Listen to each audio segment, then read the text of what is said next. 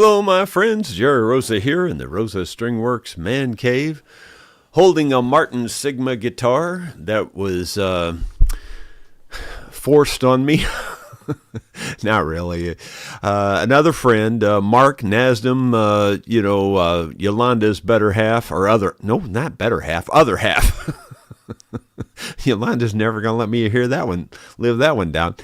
Anyway, we were at Dickey's Barbecue Pit the last time there, which was on the third Friday of April. Third Tuesday, sorry. I can't even. I think I'm losing it every day. It seems like it's getting worse. Anyway, on the last third Tuesday, the only third Tuesday of April, Mark showed me this guitar, and he asked me if I could take it and fix it up. And I'll tell you what he said, and then we're going to go through it in kind of a detail here in a minute. But first, I thought I'd just make an observation. It looks like it's going to rain again today out here. And I don't know if that's going to stop me from doing what I got planned, but it might. I haven't checked the weather. Again, as you know, I don't look at it, so I'll have to ask Sue what she thinks. Finally, the Six String Heroes called me last night and gave me the address, so the check is now in the envelope. The envelope is addressed. I got to stop by the shop down there to get a stamp, and I'll put it in the mailbox today. So it's going out finally to get that out of my hair. It's just one of those, it's a minor thing, but it's just one of those little things that was hanging over my head, and I'm glad to get rid of it. Okay, so I've told you how I got this guitar. Now let's look at it a little bit in detail. Now, I don't expect anybody to be able to see all the problems with this because, they're not even all that easy to see necessarily if you're right here looking at it live. But so over the camera and through this microphone, you probably won't see or hear all the issues. I'm going to show it to you fairly closely here so that you can at least take a good look at it. And I'm going to try to hold it in different ways that you can see it. I'm not trying to point out any particular problems. I'm just showing you everything so you can see it. And I'll hold it up at an angle like this. I can't see the camera is my problem, so I'm having to look at it in different ways. And here's the... And then up here at the peg head, here's what it looks like at the peg head and all of that. And here's kind of what it sounds like. Well, let me show you the back. I didn't show you the back. Back looks fine as far as I can tell. Back and sides look fine. Let me just play it a little bit for you here just so you can at least hear it, even though, again, I don't think you hear it very well through these microphones.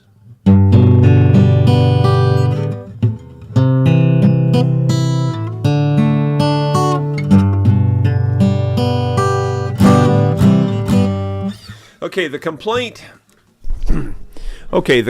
that Mark had, he said, I think the action's too high.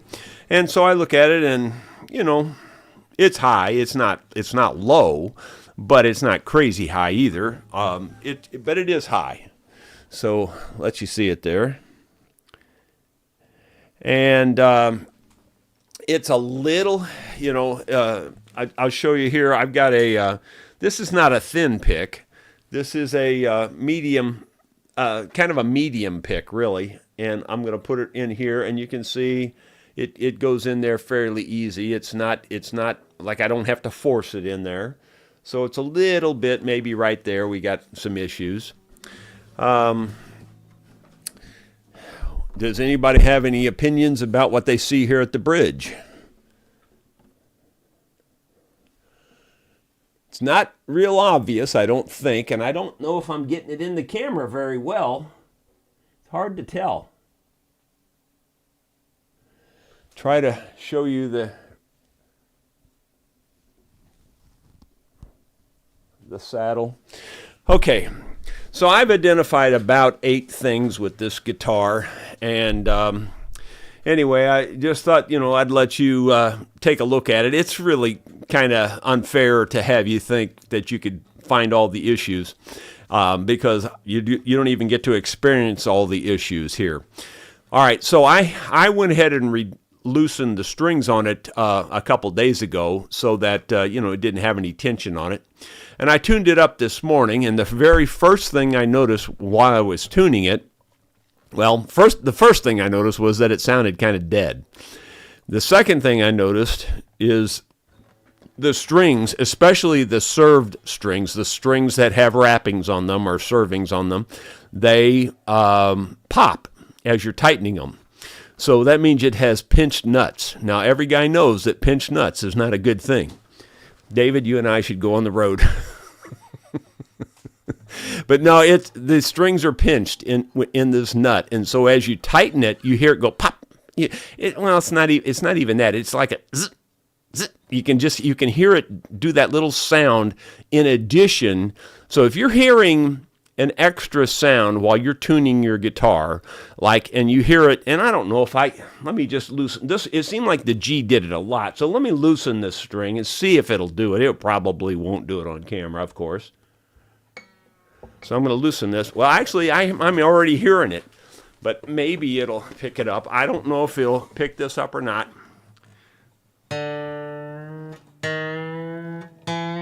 It's not doing it. No. There it is. Did you hear that? It went click. Let me see here. I don't want to overtune it here. Did you hear that? Did you hear that ping, ping? That little sharp ping. That means that you're tightening it, and all at once the stress let go. It was pinched in here, and all of a sudden that let go, and it jerked it through. And you hear that little zzz, it's just a little quick sound, like a little pinch pop, high-pitched sound. I don't know if you could hear it. Okay, somebody says, yep, I heard it. That's a definite sign that your slots are wrong. They need to be widened. Let me just give you this rule of thumb, and there's lots of people that are going to argue this, and I'm telling you black and white, they're wrong. This is not a 99.9. This is 100% wrong. Everybody thinks you got to have these slots just as tight as the string is. You got to have it where it doesn't have any wiggle. You're way better off to have a loose, wide slot than you are to have a tight, pinched slot. You don't, I'm not saying you want it sloppy. That's not what I'm saying. If you're hearing that, you're hearing the wrong thing. But a couple of thousandths play is perfect. In other words, let's say your string is a 56 and you've got a 58 file, I would use the 58 file, not the 56 file. You'd be way better off. It's way better off to have your slot a little bit wider than your string. It's not a good thing to have your string exactly the right size as for a couple of reasons. One of the reasons would be that your string can ride up high in the nut and not actually even be on the very bottom. And that's not what you want. That will deaden your sound. That will cause buzzing sounds. It will cause all kinds of problems. So you always want the string to get to the very bottom. And the only way you can ensure that is to be sure that the slot is just a little bit wider than the string. A couple of thousandths is so minor that nobody could even see it if they're looking at it, but it's definitely what you want. You want a few thousandths bigger than your string. So that's the first problem this has got, for sure. That is definitely pinched. And you can hear it on multiple strings, but on that G, it really does it a lot. Okay, so there's your problem number one. Problem number one really was the dull sound. As soon as I started tuning it, I'm going, boy, this sounds kind of dull. Well, that's from two things. Two or three things, maybe. One of them is definitely these strings are old. So that's going to give you a dull sound to begin with. Another thing is these are not the highest quality Martin guitars. I mean, these were Sigma, made in Japan, and then I think later what I just read this morning was that the company was sold later to a German company, and they started making Sigmas again or something. But anyway, this is one of the older ones, I think, just looking at it. It does have a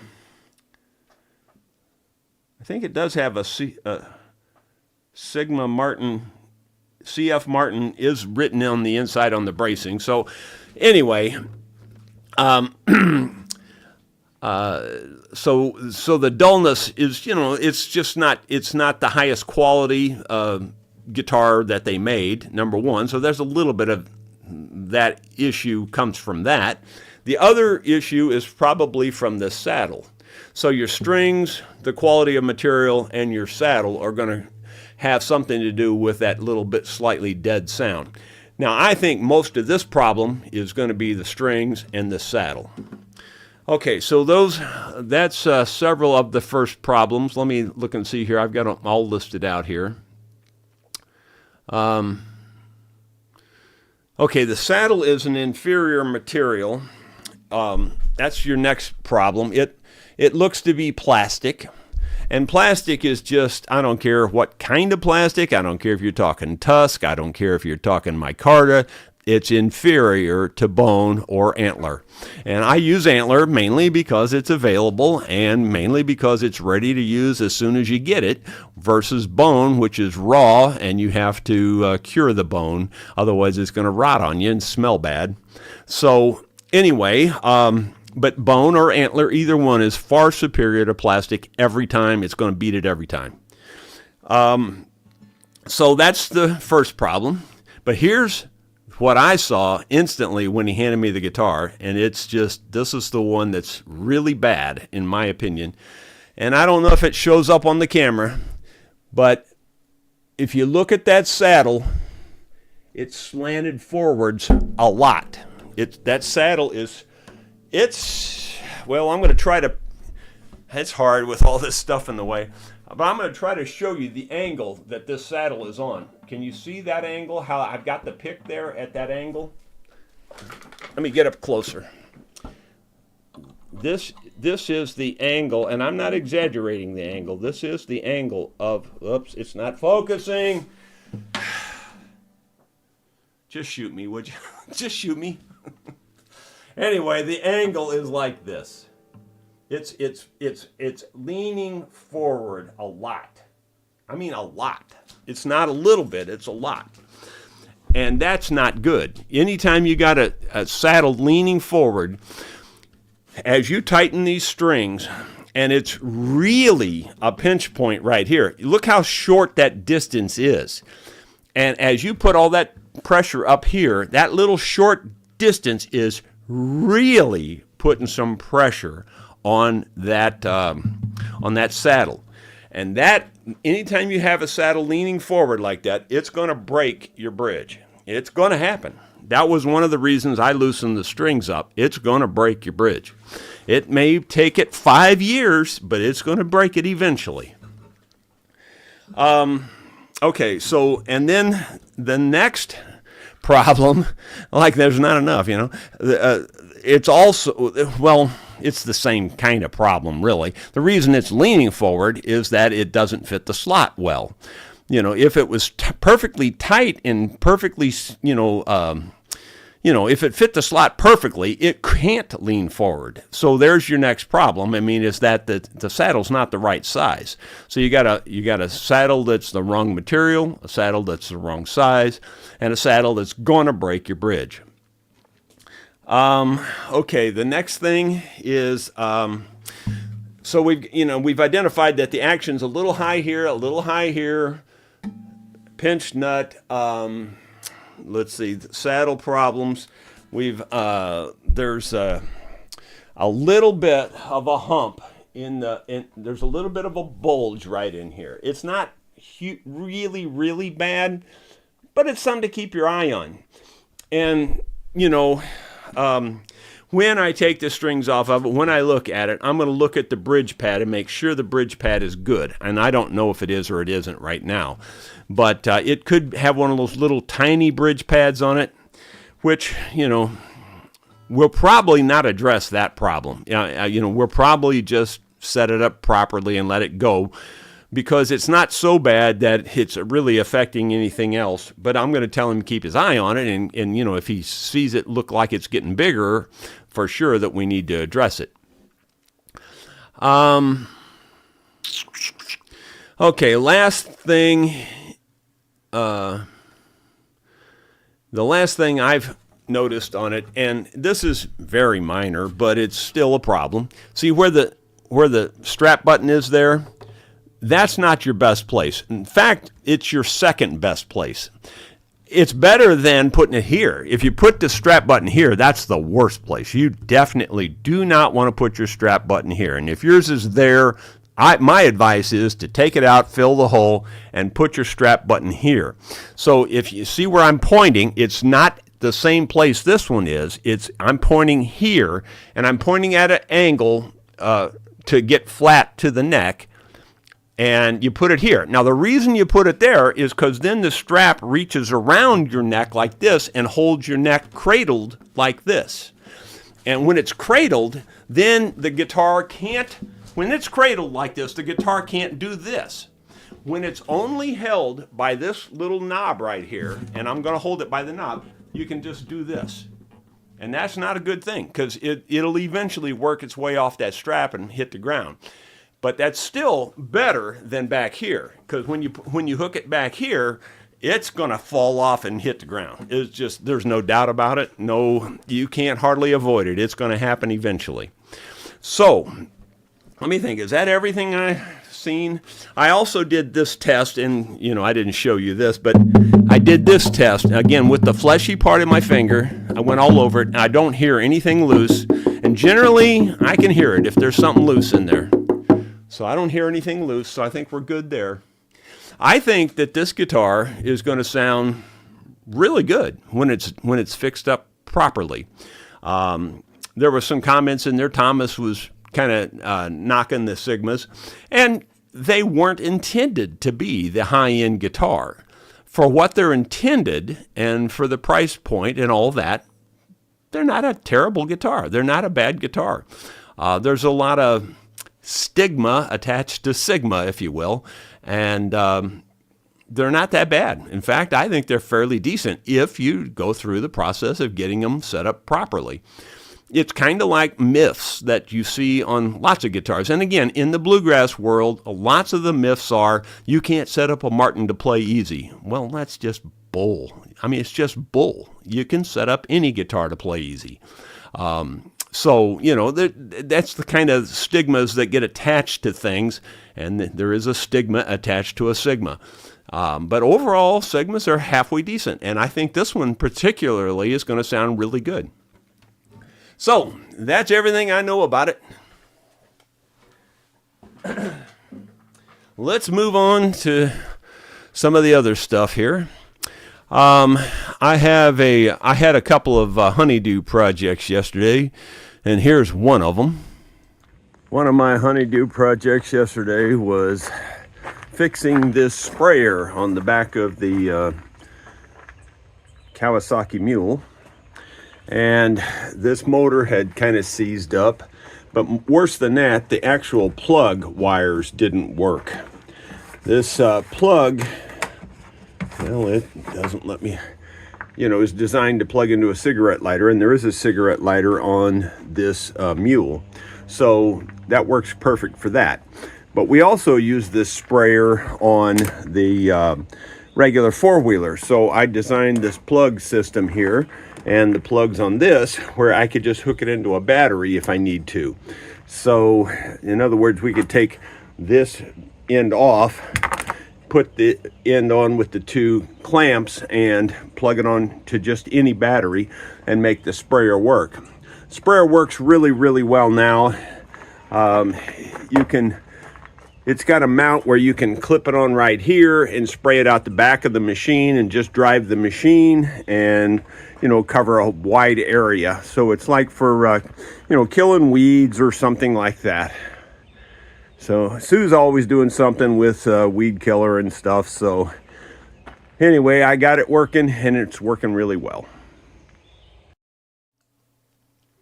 Yeah, that's actually a really nice sprayer, and it's probably 20 years old, and we used to use it all the time, and it's just been sitting on a shelf in a storage room, and it's wasps and those mud daubers and everything would just get all over everything, and the motor had just kind of dry seized up from just sitting forever.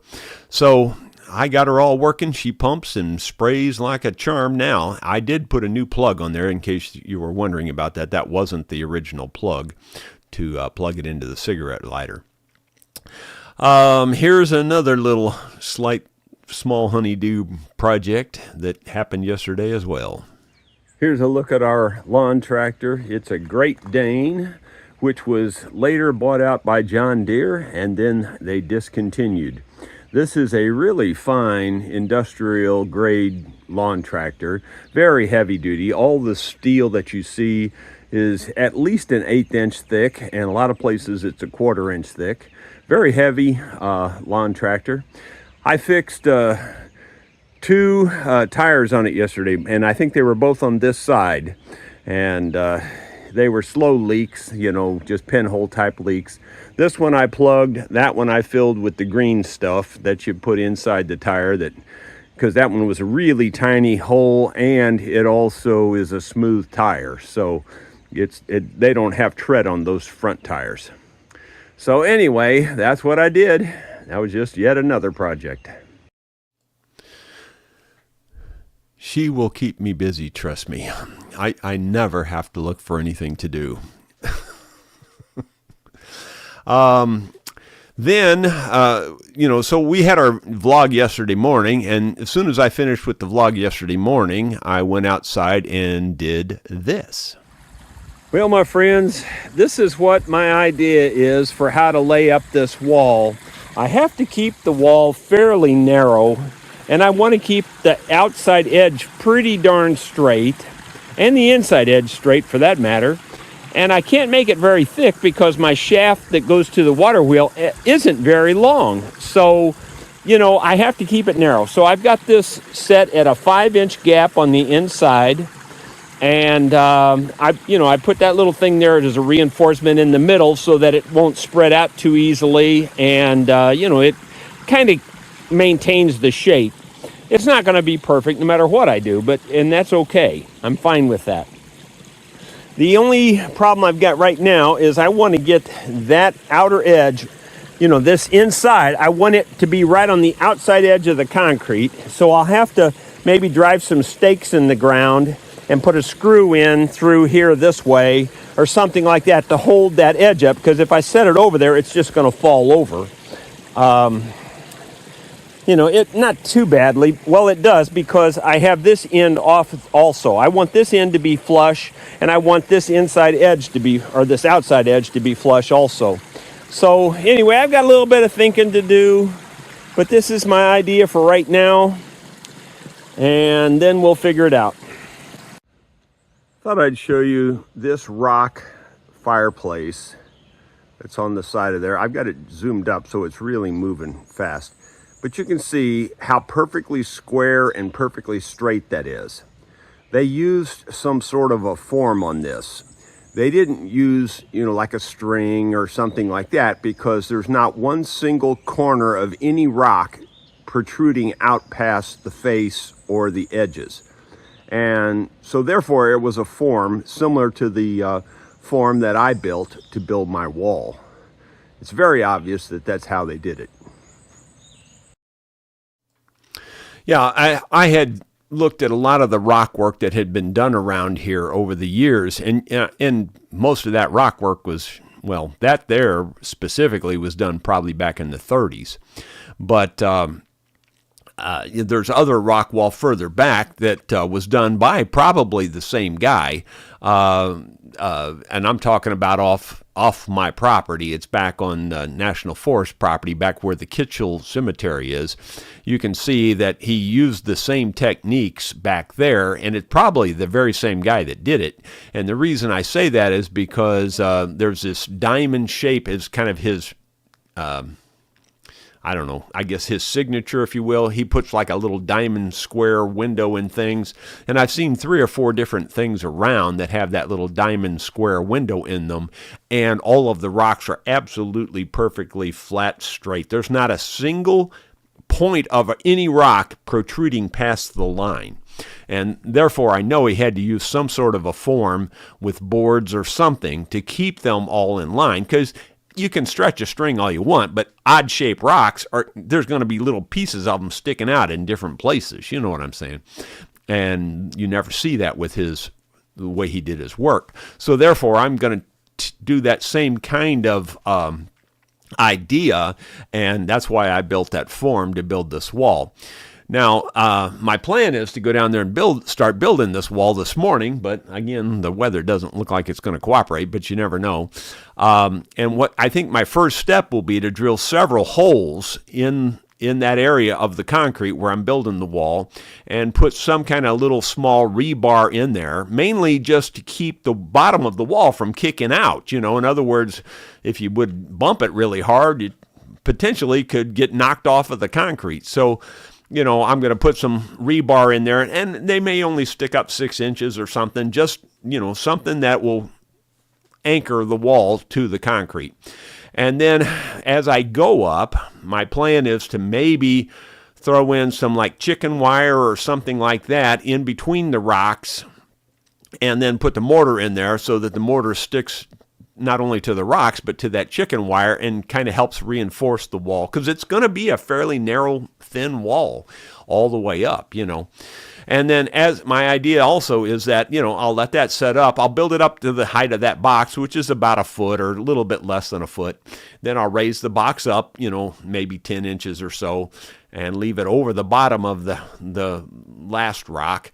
And then, I'll have to anchor it again with some screws through some boards or something, and then build the wall up that height and then build it up. So it's going to take me several days to do this. It's not going to be a 5-minute job.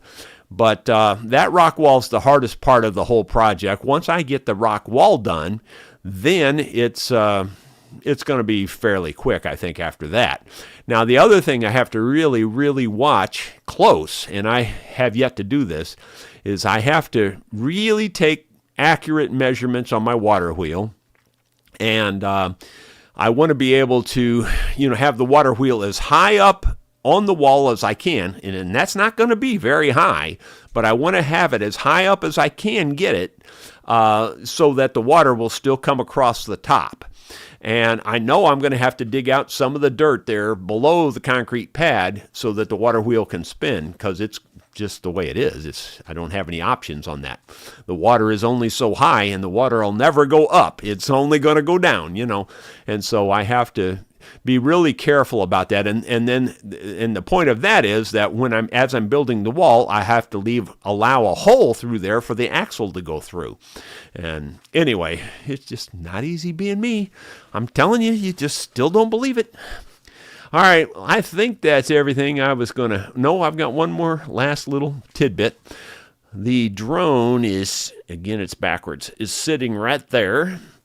And anyway, last night I said, there's got to be a way to get this software on here. So I just did a Google search, and sure enough, I found the software. And I guess they don't sell that software. I assume, or I shouldn't say sell, they don't have that software out on Google Play, I guess. And I guess that's my problem. And that's probably why it didn't transfer over to my phone. So anyway, I found it and I loaded it on there, and I think it's going to work again. And I don't know. I'm not even going to tell you that I'm going to go up there and try it again. I'm just going to see if it happens. It might happen. You just never know. I don't want to jinx it anymore. All right, let's go to the top of this. Man, we have a lot of comments today, and I love this first one. No, it's not the first one. Well, I thought it was the first one. Well, anyway, I don't see it now, but Bill Rhodes is the first one up there. It says, Jerry, have you ever been diagnosed with neuropathy in your hands? If so, neuropathy can be treated. No, I don't think so, and I looked up what that even really was because I didn't really know for sure. I mean, I know it's got something to do with nerves based on the word, but anyway, I don't think that's the case. Mine's totally arthritis as far as I can tell, and according to the arthritis specialist, hand doctor specifically, he said it's too far gone to do anything with it. He looked at it, and that's how he buys his Porsches. He operates on people's hands, and then he goes buys a Porsche, or a yacht or something else. And he looked at my hands. He goes, they're too far gone. He says, I don't think I can do anything for you. And he says, it would be 6 months before you would ever know if it worked, and you'd be in agonizing pain for 6 months. He says, if it was me, I wouldn't do it. I said, okay, thank you. I'll see you. And that's where we left it. Last night, the hand pain was really bad. I always talk about the hand pain because that's what stops me from doing the detail work. But it's not just in the hands, guys. It's everywhere. It's in my whole body. My back and spine and my ribs specifically. My ribs specifically is why I can't lay down, because it goes into my spine. And, if I try to lay on my side or anything, it's just painful, big time painful. So as long as I'm in an upright position, I'm good. I'm good to go. But everything was hurting so bad last night. I knocked off around 4 o'clock yesterday afternoon. I hit the wall and I couldn't go no more. So I just came in and sat down and just used the vibrator for about, probably 40 minutes on my neck, on my spine, on my ribs, on my arms, on my hands. And that did seem to help. It sure does seem to help relax it. I never would have thought that would work, but it seems to help a lot. For me, it does. I don't know if it would help you or not, but it seems to help me. All right, moving on. Dottie Hildebrandt. Wayne, did you... Oh, no, that's not a question. Let me look for a question mark. Sorry. Thomas says, good morning, Jerry. Could you share your technique again on passing a kidney stone? Yeah, and I tell you what, I've had a lot of really nice compliments about this technique, and it's worked for a lot of people. I mean, there's been a lot of people have sent me emails and just contacted me one way or the other saying, look, thank you so much for telling me about how to get rid of these kidney stones. I've had a bunch of them, and this technique, I hate to say this because I'm afraid I'm going to jinx it, I don't really believe in jinxes, but it seems to work that way. Knock on wood, this technique has worked every single time when I've got a kidney stone. Every single time. I only wish I would have known about it on my first one. My first kidney stone was my worst of all. It took 2 weeks to pass, and they had to go in and finally remove it. And they screwed that whole thing all the way up, and it just messed everything else up, and it was just a monster. Now, I don't know if this would have worked on that first one. I don't know. Never will know. But it's worked on every one since, and I've had it, I would say, at least a dozen since, if not more. And that's been over a number of years. It's probably been 10 years, 12 years, something like that. Well, anyway, the technique is very, very, very simple. The way I discovered it, I was looking for a position to get into, because if you've had kidney stones, you understand that you can't find a position you can get into to make them stop hurting. They just don't stop hurting. So I couldn't stand it no more. It was killing me. This particular stone had been going on for a couple of hours. Now, keep in mind, I had had other stones between the one that they surgically removed and this one, and they had always taken 4, 5, 6 hours to go away. Well, this one was hurting particularly bad, and I thought, I just got to find some way to get into a position. So I went over to the couch, I stretched my arms out, I kneeled down in front of the couch. I'm on my knees. I laid my arms out flat on the couch, laid my head down. So I'm basically like this. So my back is parallel to the ground. And I just laid my head to one side. It doesn't seem to make much difference which side, although I do turn it from side to side as I'm laying there a lot. And I'm not exaggerating. Now, keep in mind, that had been going on for a couple hours at this point. And the pain just went away. I mean, like instantly. It was within 10 seconds. It went away. And I went, oh my gosh, it passed. Holy cow. It was so relieving because it hurts so bad. And so, anyway, so it went away. Well, a few months went by and I had another one. Now, this one had been going on for only about an hour. And then I thought back, the last time I laid down there on the couch like that and did that, it went away. Well, I thought, it won't hurt nothing to try. So I walk over to the couch, put my arms out, had my back flat to the, parallel to the ground, and turned my head side to side like that. Within 5 seconds, it went away. I'm going, whoa. So I tried it several more times over the next year before I told anybody about it.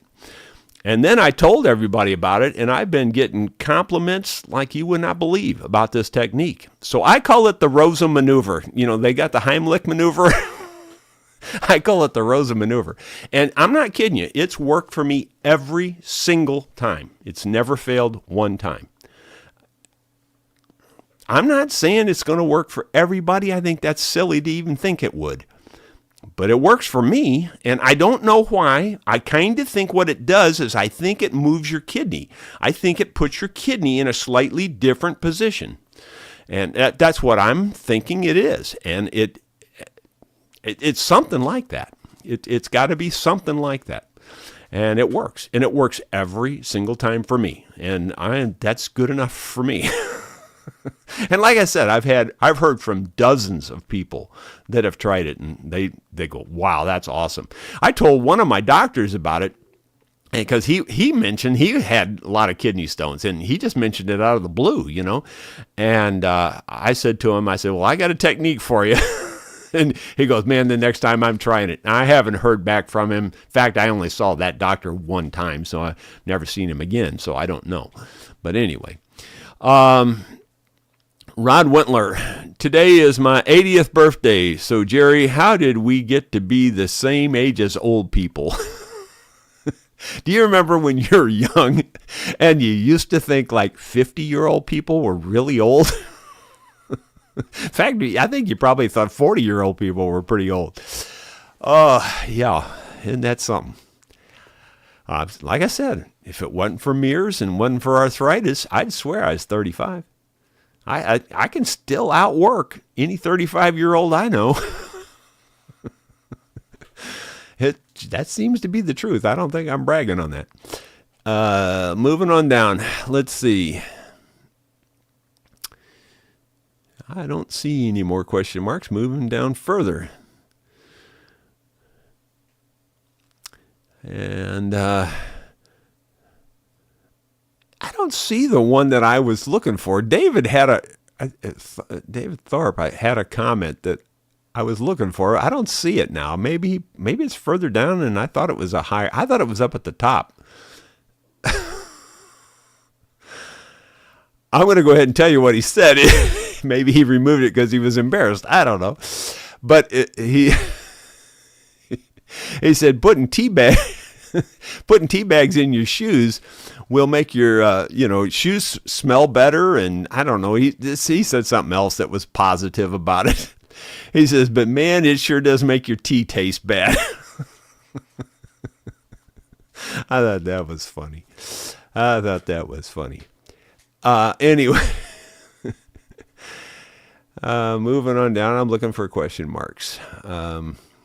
David and I, we need to go on the road. We'll have our own comedy team. Let's see. Let's see. Dottie Hildebrandt says, bought a new car and it doesn't have a CD player, so I'm bummed because I can't play Jerry's CDs. Any suggestions? And I said, you are one lucky girl. And then she went on and said something else about it. No, I really want to. I said, honey, that could be causing your health problems. She said, no, that's not it. Okay, fine. Anyway, I'm still looking here. Looking for question marks. David Tharp, I have a very early plywood Sigma. It has a huge hump at the 15th fret. Well, I was going to address this. I saw this comment earlier. Now, I'm just going to talk out loud here. You can take this for what it's worth. This isn't going to work in every situation, I don't think, but I would say it would work in 80% of them, and maybe 90%. If you if that is the only problem you think you have with your guitar, in other words, you just think there's just that hump there and that one fret is a problem. Like I note out here and that fret hits, and it's always that fret is your problem. Well, here's what you can do. And you don't have to go, it's not that difficult to do it either. I would wet that area down, on both sides of that high fret. It's usually the fret on the body line. It's usually this fret right here on the body line. So you would wet this side down and this side down. And the best thing to do is take a damp cloth. Of course, your strings are off of this, so you understand. You take a wet cloth and you rub it back and forth. And not so much this way, even though this way is okay, but back and forth, because that forces the water under both sides. Then you would need to take a pair of those nipper type pliers. Now, mine, I'm talking about the kinds of nippers that pinch together. They pinch together like that, and they've got that sharp edge on them. And on mine, I took it to a grinder and ground the face so that it's a razor sharp edge, and so I can reach under the fret then and just pinch along that fret. And after it's wet like that, you won't generally get any breakout on your, like if you got a rosewood fretboard, they like to break out really bad. Well, ebony does too. So rosewood or ebony, either one's going to break out on you unless you wet it down first. And then you pinch that fret out of the socket. It's not that hard to do. You're better off if you keep the fret in the same orientation. In other words, don't turn it around. Keep it so you know how to put it right back in its place, okay? So keep it in the right orientation. Not that that's critical, but it's probably helpful because a lot of times the ends are filed at different angles or something, and then you've got an issue with that if you put it back in. Other than that, it's usually not a problem. But anyway, keep it in the same orientation, set the fret aside, and then, you might need to wait a little while till the water dries up, but then just take like a flat file. Now, it's not really a regular file. I'm usually talking like a double cut file, like a flat file, and just file the wood across there. And, you don't want to go to any kind of crazy extreme. You don't want to file a channel across there, but you want to level it out. And you can look with your eye, and you can kind of see a little bit of a hump there if you really look, and you just want to file it where it's kind of like that. And if you drop it down 15, 20 thousandths, something like that, which sounds like a ton, it's not. It's maybe 5 or 6 sheets of paper, something like that, 4 or 5 sheets of paper. You file it down, then you put your fret back in, and you don't generally have to wet it back down or anything to put the fret back in, but you just take like a plastic hammer, or what I like to do, you can even use a metal hammer, but then you put like maybe a piece of real hard wood on top of the fret and hit the hard wood, and it'll force the fret down in there. Or a piece of aluminum is really good if you've got a wide piece of aluminum. Aluminum's real good for driving your fret back into the slot. So, that's an option for, rather than doing, say, a neck reset or anything bigger than that. That sounds like a big project. It's really not that hard. I mean, most people could handle that if you're any good with tools at all. I think you could handle that. So that's just an option. I'm just throwing it out there. I'm not saying that's going to fix every situation, but it could fix a lot of situations. Okay, moving on down. Dottie, Jerry, you going to make a video of fixing this Sigma? Yes, I will. I will do that, and I'm going to try to remember. This is where I've always failed on my videos, is to do a before and after. I'm going to try to do a before sound and an after sound on this thing if I can remember to do it, and it's really hard for me to remember because I'm all about get the job done. That's me. That's my whole thing in life is fix it. Just go do it. And so I always forget to do a before and after. So if I can remember, I'm going to try to do a good before and a good after so you can hear the difference in the sound, because I think the sound's going to be a lot better. But anyway, there you go. Moving on down. David Tharp, probably caused by that dreaded hide glue, and he's talking to somebody else, I think. I don't remember what it was about. Moving on down, let's see. Paul Lanier, why would a person spray clear shellac on the Yamaha inside the sound box. Took me the longest time to sand all of that clean. Yeah, I wouldn't do it. If it was me, I would never, I can't say that strong enough, I would never put finish on the inside of your guitar. Never. Finish, I've said this a long time ago, or quite a few different times over the years, and some of you I'm sure have heard me say it, but I'm sure there's a lot of new people that haven't heard me say it, is that I don't, whenever I'm building a custom guitar for somebody, or a custom mandolin, or any custom instrument, I never let them hear it without finish on it. Because as soon as you hear it without finish on it, you don't want finish on it. It sounds that good. It sounds so much better. When you put finish over any instrument, and I'm exaggerating this to a little bit, but just to make the point, and that is, when you put a finish on an instrument, it's like laying a blanket over the sucker, and it just deadens your sound. And any finish does that. That's why older instruments sound better than newer instruments, because the finish has gotten harder, gotten more brittle, and once it becomes hard and glass-like and brittle, then it starts to vibrate better.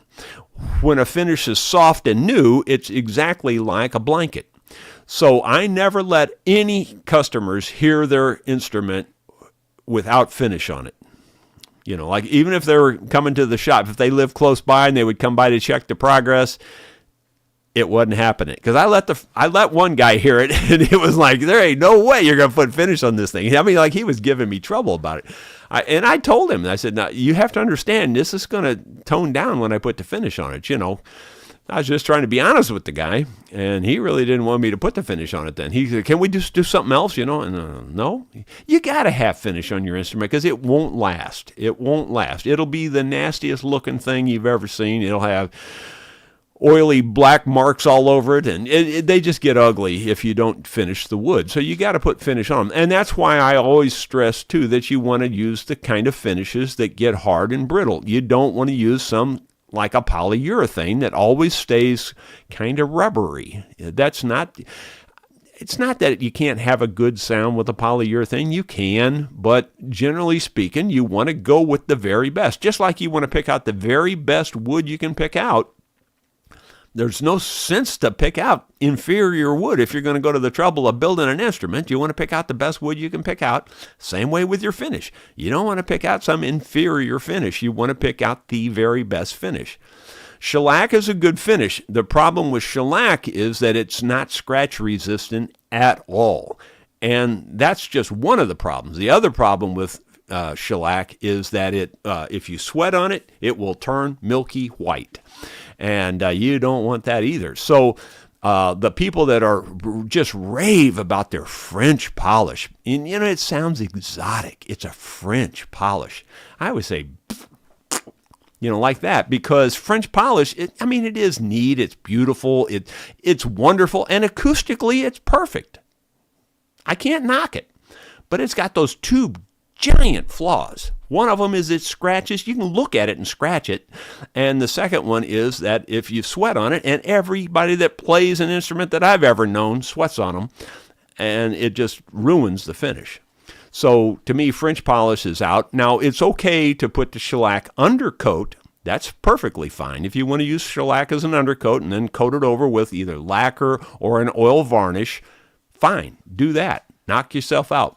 But don't leave shellac as your top coat, at least in my opinion. Do what you want. It's your guitar. You can do whatever you want. I don't care. I'm just telling you what I've seen and what I know for sure. Let's see. Moving on down. Yeah, but anyway, Paul, you're right. Don't spray nothing on the inside of your guitar. Again, that just emphasizes the fact that now you've put two blankets on the sucker. You know, why would you want to do that? That just don't make sense. David Tharp, I believe my Sigma was one of the first made in Japan when Martin decided to get into the imported guitar business. Yeah, well, and I'm sure that especially all of the older Sigmas are great. I do not know anything about anything since 2007 when they sold it to the German company or whatever they did. I have no idea about that. But the old ones, they're not terrible guitars. They are what they are, and I think this one specifically, I think you're going to see that it's going to sound really good when I'm done with it. Let's see here. Moving on down. Thomas is just making a comment here. It says, Kazuo Yari would spray the inside of their guitars, would also put new guitars in a room with music playing, have owned two, and both were excellent. Yeah, well, that's fine. I just would not recommend spraying the inside of a guitar, period. You do what you want. It's your business. It's your guitar. You do what you want. But if it was me, that you'd have to hold a gun to my head and threaten to shoot me in the brains before I would spray the inside of a guitar. Christia Thomason, I had a Korean-made Sigma. It was a great sounding guitar, but the action, oof, I traded it. Don't regret the trade. Right, yeah, and again, and that guitar, it may have been really difficult to set it up because maybe the neck angle was wrong, or maybe the bridge was pulled up, or who knows what the real problems could have been with it. I'm not trying to speculate, but pretty much any decent guitar, if it's, made appropriately, can be set up to play real well. I don't care what kind of guitar it is. If it's a plastic guitar from Kmart, it could be set up to play real well under the right conditions. Let's see. Moving on down. David Thorpe, looks like it has a pretty significant belly bulge. Yeah, it definitely does have the belly bulge going on, and that was one of the things I noticed when I saw it. I don't think it's past the point that it needs surgery or anything like that. I think it's just something to keep your eye on, I don't think it's that bad, and especially because the string action's not that high. And I think once we get the proper saddle in it, I think some of that might settle down too. Because again, there's just a torque thing going on there with that saddle the way it is. It's not good.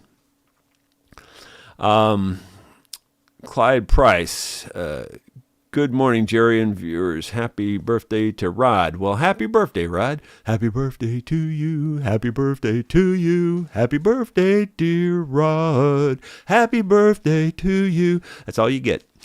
No presents. Bill Webb, does it say Martin on the headstock under the Sigma logo? I don't think so. I don't know. No, it says established 1970, so that's what it says there. But it does say the Martin inside here. It does say CF Martin in here. It's got DM3YC.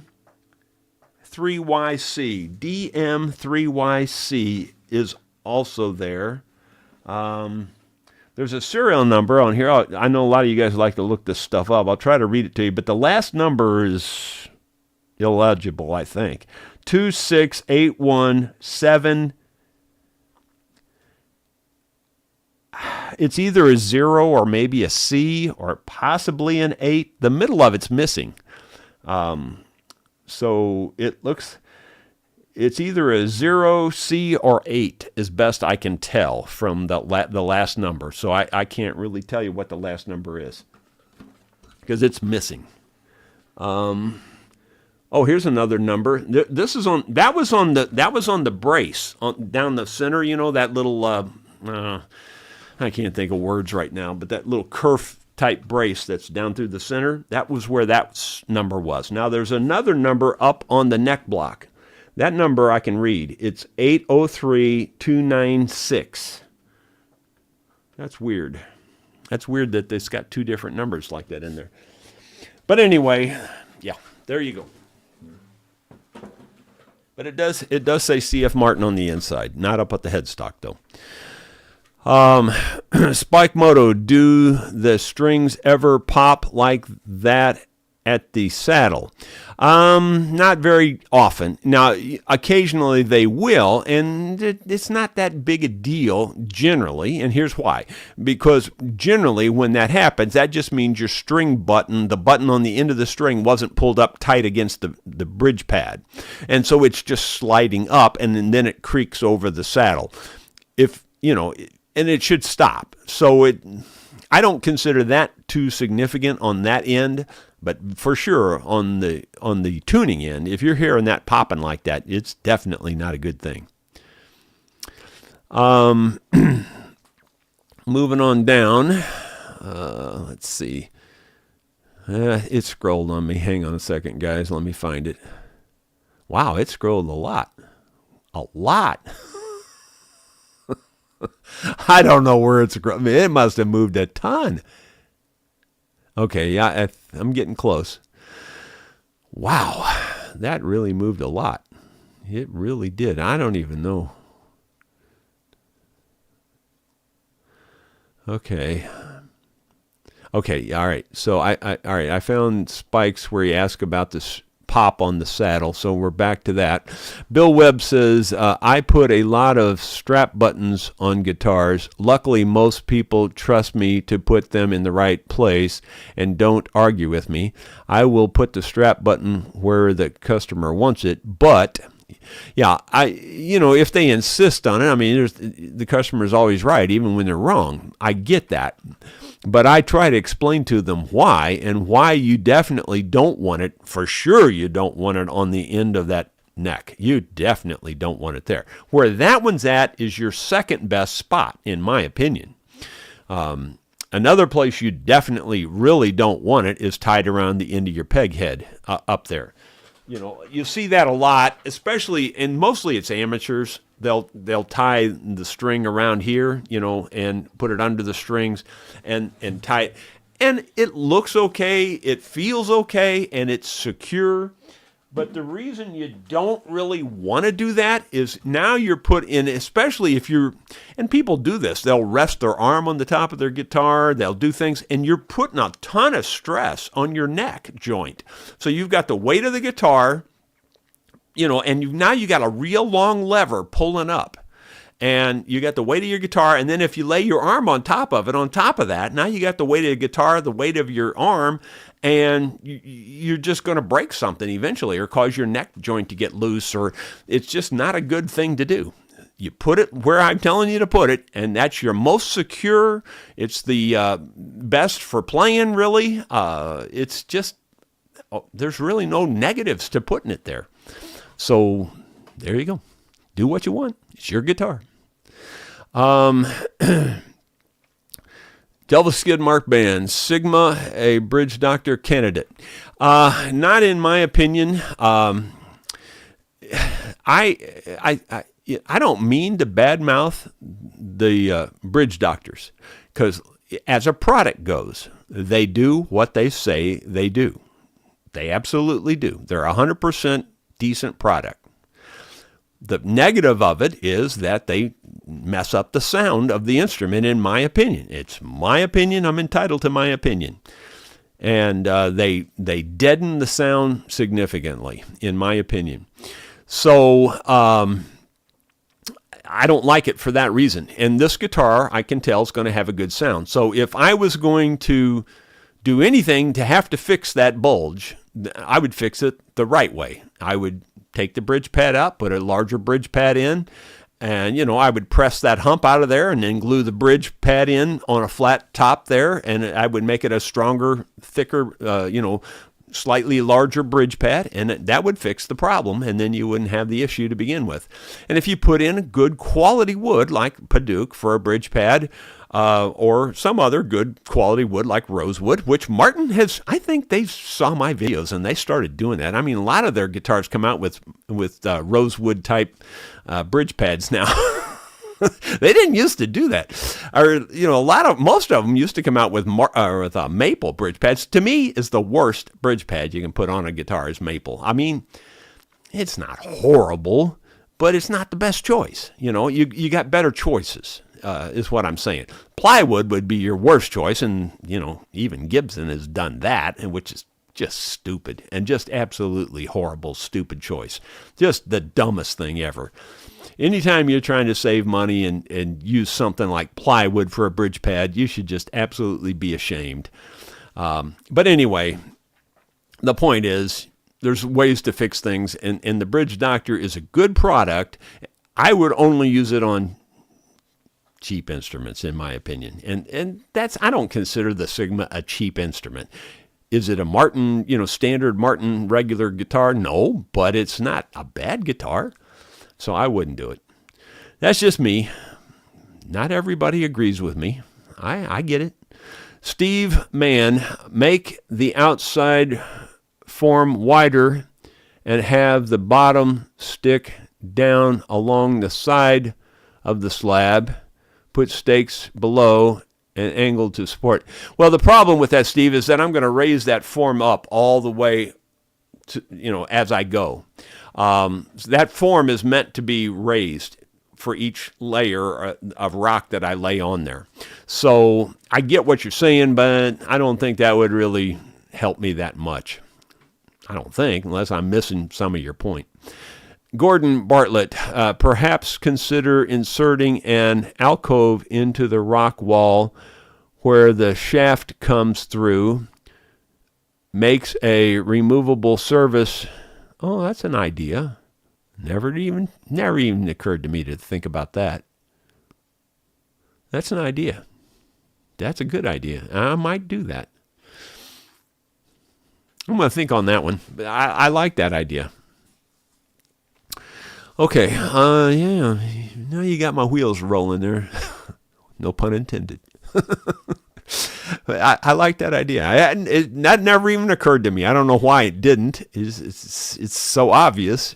Sometimes I don't see the forest for the trees because I'm just, me, I'm just straight at the problem. Just fix it,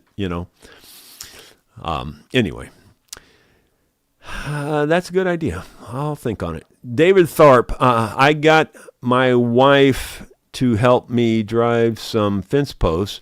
I gave her the sledge and said, I'll hold the post, and when I nod my head, you hit it. I don't remember much after that. That's funny. David, you are a mess. I was in my backyard.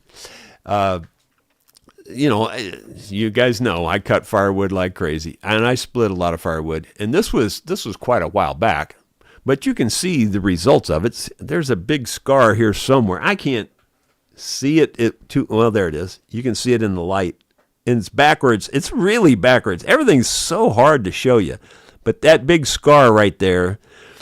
I was splitting firewood, and I'm, again, that's just me. I'm focused. I'm always focused on what I'm doing. And I'm not paying attention to my surroundings. And I'm moving along, splitting all this different, and I'm using this, big wedge. And all at once, I'm on the ground. I don't even know how I got on the ground. And I'm not kidding you. I don't even know how I got on the ground. It was just completely... There's a gap, and that's just all I can tell you.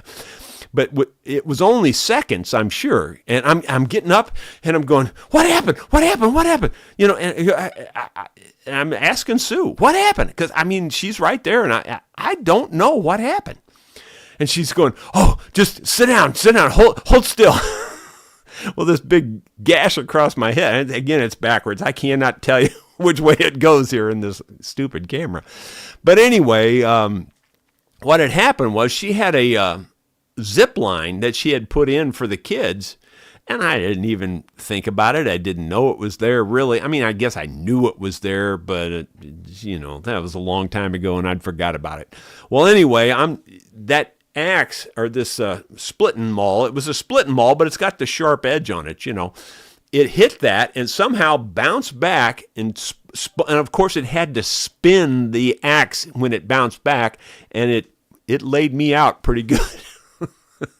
And the blood was squirting, it was really squirting. And so, she closed it off, and we went to the hospital, and she had some kind of bandage on it or something. I don't know what it was to keep it from spurting out.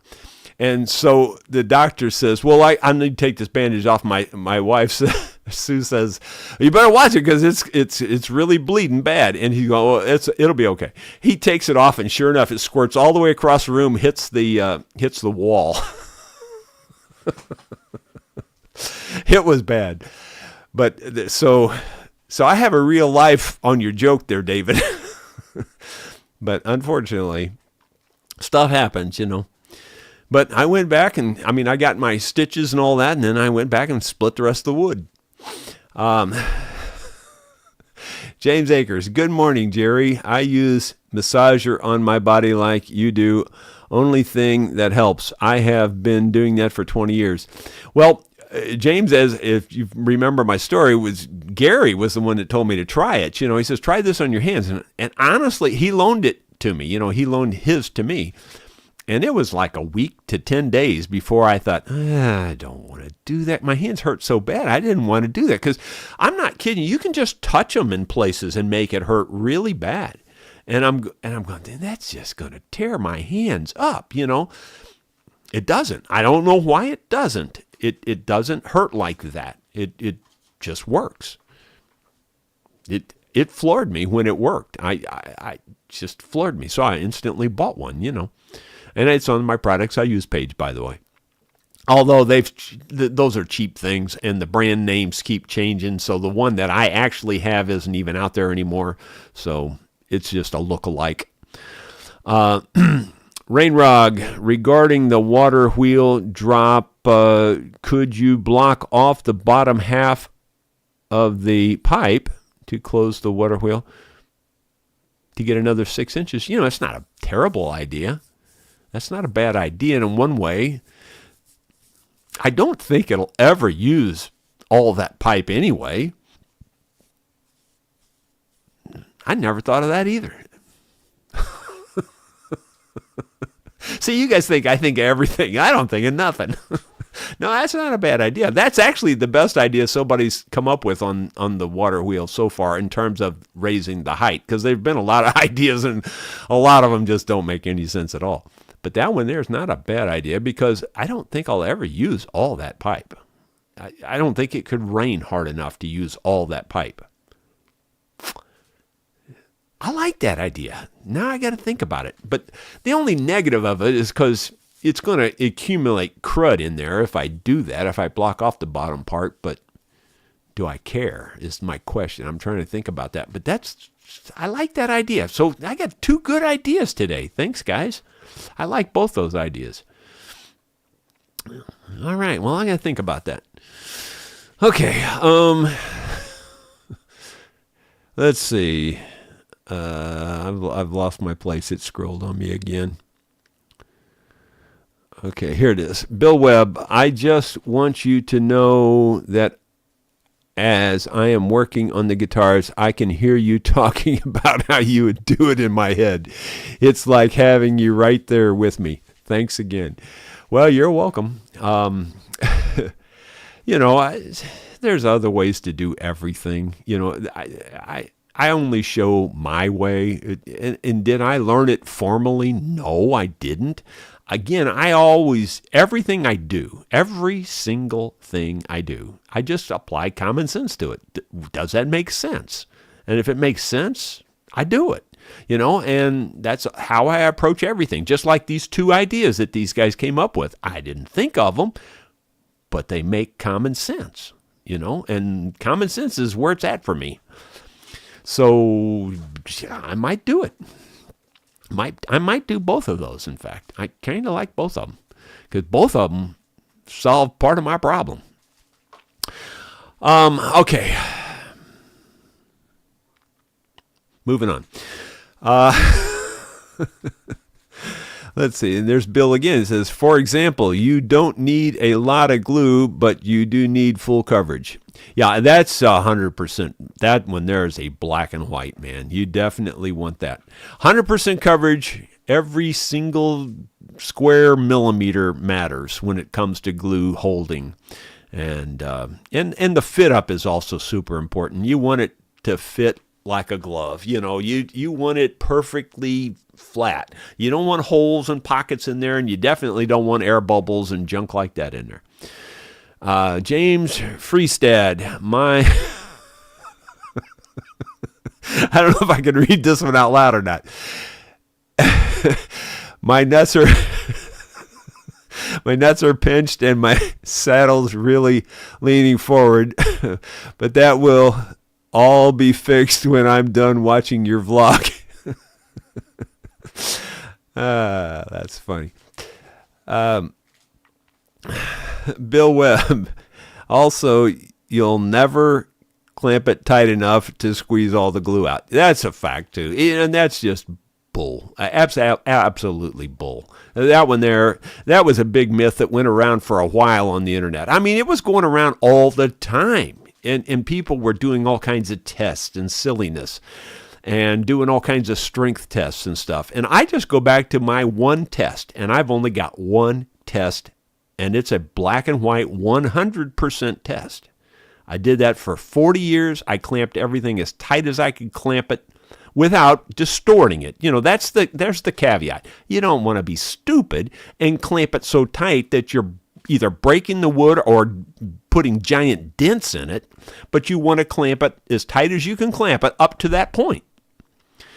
And after 40 years, I've never had a joint fail. That's my test. And to me, I don't see how you could do any better than that. So, again, it's your guitar. You do what you want. Bill Webb, how would a plain boiled linseed oil finish affect the sound of a guitar? It's going to kill it for a while. It takes boiled linseed oil forever to get really hard. It doesn't have that many dryers in it, and it takes a long time for it to get hard. A long time afterwards, it's going to sound fine. So that's the only reason I would talk against it, would be just that. That's why that's another reason why I tell you, when you put the boiled linseed oil on for like dry wood and stuff like that, like your fretboard and things like that, and your dry bridge and all that, then you wipe it right back off. And then you wait a little while and you come back and wipe it off again. That's not going to hurt anything. But if you're talking about doing your whole finish with it, you know, it's not a bad finish. I'm not saying that. It's a beautiful finish. In fact, it's a great finish. But it's just going to take it forever to get real hard. So there you go. The freeze. Jerry, what do you like better, true oil or shellac? Well, true oil and shellac are two different things. Shellac is bug poop. No, shellac's good finish. It really is, but in terms of sound, actually, I don't know that I'd notice much difference. I doubt I could tell a difference in a blind sound test. But the true oil is way more durable. Way more durable. So I would use the true oil over the shellac. Now, the shellac's perfectly fine to put down first and then put true oil over it. But the reason I wouldn't leave the shellac as my final is, again, those two reasons. Number one, it doesn't resist scratches at all. And I got to be honest, true oil is not the best for resisting scratches, though it's not terrible. It's not bad. It's way better than shellac. Shellac doesn't resist any scratches at all. And if you sweat on it, it's going to turn ugly big time. And that's even true if you put it as the base under your finish. If somehow it opens up some way and you get moisture in there, it's going to turn that shellac milky white under your finish. So just so you understand that, you should know that. Bill Webb, would the string dents on a wooden saddle on the archtop or hollow body guitar deaden the strings? Oh, okay. So like your mandolin saddle. Well, you don't want those string grooves to be very deep anyway. They shouldn't be. They should, on your saddle for sure, on a archtop type guitar, they really ought to just be about half the depth of your string, and so you don't want them really much deeper than that. But honestly, I don't think it has much to do with your sound too much, unless, again, they were pinched. You wouldn't want them pinched, for sure. You'd want them to sit flat on the top of your, like, in other words, whatever the groove is, you'd want to be able to make sure the string gets all the way to the bottom of the groove. That's probably the biggest key thing on an archtop saddle. But the width of the strings, the width of the groove, you still want it wider than the string for sure. Moving on down, the freeze. Sorry, I meant true oil or nitrocellulose. Oh, true oil or nitrocellulose. Well, I like both of those a lot. I tend to lean toward the true oil, and here's why. I think they're both perfectly fine. Like on a scale of 1 to 10, I'd probably give them both a 9.5. They're both good. But the reason I lean towards the true oil, and this has just got nothing to do with anything except that the old traditional finishes were oil varnishes, and I like that. I think that's cool that it's an oil varnish, and that's what true oil is. So like Stradivari, all the old original masters used oil varnishes. So I like that. And that's the only reason. I don't think there's, again, in a blind test, I doubt I'd hear any difference. Oil varnish is hard to beat, though. So there you go. That's the reason, though. There's no particular specific reason. Bill Webb, I just bought let me back up one more time. There is one other slightly different kind of reason, and that is that I think the true oil covers faster. In other words, if you got a lot of pores to cover, the true oil will fill the pores way faster than the nitrocellulose will. So there's that also. But in terms of sound quality, I don't think you could tell the difference hardly in a blind test. Bill Webb, I just bought a used hollow body guitar, and the neck strap button was loose. I looked inside the guitar with a borescope, and they missed a wooden block with the screw by an 1/8 of an inch. Oh, yeah, that ain't good.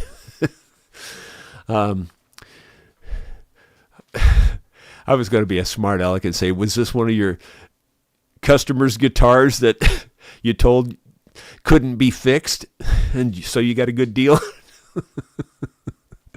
Just teasing. No, but yeah, like you'll see that quite often, stuff like that. They'll drill into a guitar and miss what they were trying to drill, and yeah. And then you can't drill through the side of any guitar and expect it to hold unless you're going into a block. It's not going to hold because your wood's only 100,000th of an inch thick, and it's not going to hold. Like a good example of that, it's like that one's a good example, but it's not as common. One of the more common things is pick guards. Pick guards are often screwed into the top of a guitar or through the side of a guitar or a mandolin, either one. And their intent is they're trying to hit that kerf bracing on the inside. And if you miss that, then you've only got that little tiny thin piece of wood, and it's not going to hold in that. Spiral Flash, are you sitting or lying on the couch for the kidney maneuver? Neither. You're kneeling on the ground. You lay, pretending this is the couch. You stretch your arms out and you lay down like this. So your back is flat. Your back is flat with the ground, and your arms are out across the couch. And your head is on the couch, and you turn your head sideways, one side to the other. Your back is flat. You're kneeling on the ground. So I hope that makes sense, because you're not laying on the couch. You're not up on the couch at all. Just your head and your arms are on the couch. Rainrog, and besides that, again, if you really want to see the specific details, check out my video on it and give it a thumbs up on top of that. Go just type in RSW inside of YouTube, just type in RSW kidney stone and you'll find the video. Rainrog, when you were putting the pipe across the road, I meant to suggest putting it with zero fall or even slightly uphill to back the water up a little could just block off the bottom. Now, yeah, I wouldn't want to put it slightly uphill. Zero fall might work, and that probably would have worked because of the pressure coming down with that other water. But I definitely wouldn't want to have an up slope, and the reason is because it could fill up the middle of the pipe, and I wouldn't like that at all. Anyway, because, leaves and crud get in there, sticks and things, in the fall, especially when the leaves are coming off, that, so there's a lot of stuff that goes through there. And that's the only reason, like this idea this morning is blocking off the end. Well, that wouldn't be too bad if I could block off the end, because anything that accumulates, for the most part, is going to accumulate right there on the end.